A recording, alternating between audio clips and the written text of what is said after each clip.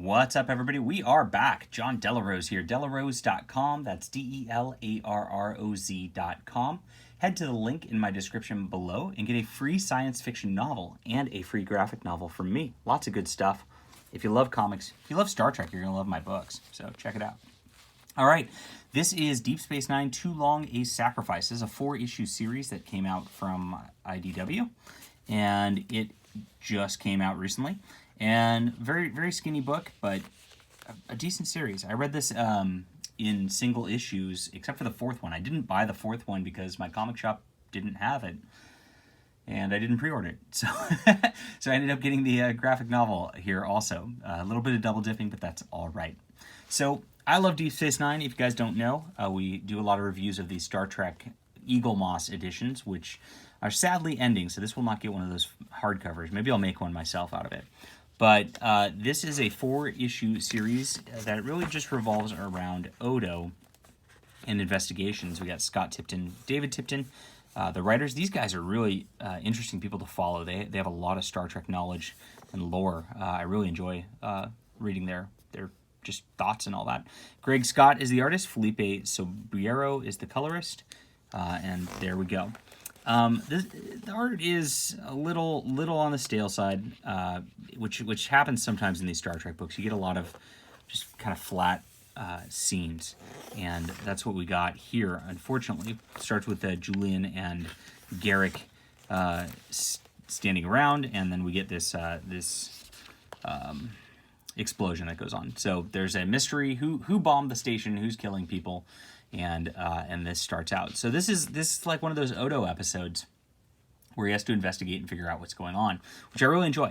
So yeah, this laid out and read just like an episode. The characters really felt, when you get into the dialogue, like the characters in the show.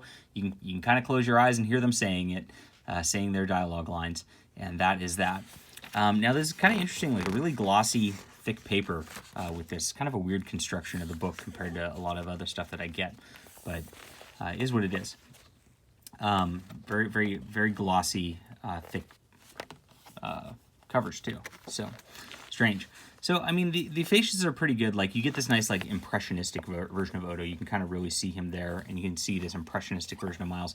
But again, just like you see a lot of the poses here. There's just a lot of standing around, and it's not all that visually exciting through most of this book.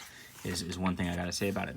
But that is mitigated a bit, again, because the characters feel so real, and this feels so much like an episode of Deep Space Nine. It takes place, I believe, in season 6, after the Beta Z invasion. They make sure you are aware of that. So you kind of know who the characters are, and all that. It works out really well. Now, you can read this without really knowing that. It'll spoil that there's a Beta Z invasion, of course, if you have not watched the show. But again, the character work is really good. Now, what lacks here compared to a Deep Space Nine episode, there's really not a B plot. This investigation goes on for these 4 issues, and an outside investigator is brought in who doesn't really like Odo at first. You know, this happens a lot in Deep Space Nine. It's very, very thematic to those Odo episodes. It's just like, oh, I remember feeling that in an Odo episode before. So it does work out really well. You get some background imagery about that Beta Z invasion here, which was a nice break from the storyline. But there's not a ton of action in this story. It's kind of odd because, again, this felt like an episode. It felt like one of those bottle episodes almost, where, you know, a bottle episode of Star Trek's like one of those like low budget episodes where they like really try to keep the effects out of there. So you're really just trapped within the ship and you don't really see all the strange new worlds. And they did that because they had to extend their budget over the season. This felt a lot like one of those, and for the good and the bad out of it. A little bit slow on the pacing side towards the end here, but there's a nice twist. They do resolve things pretty nicely.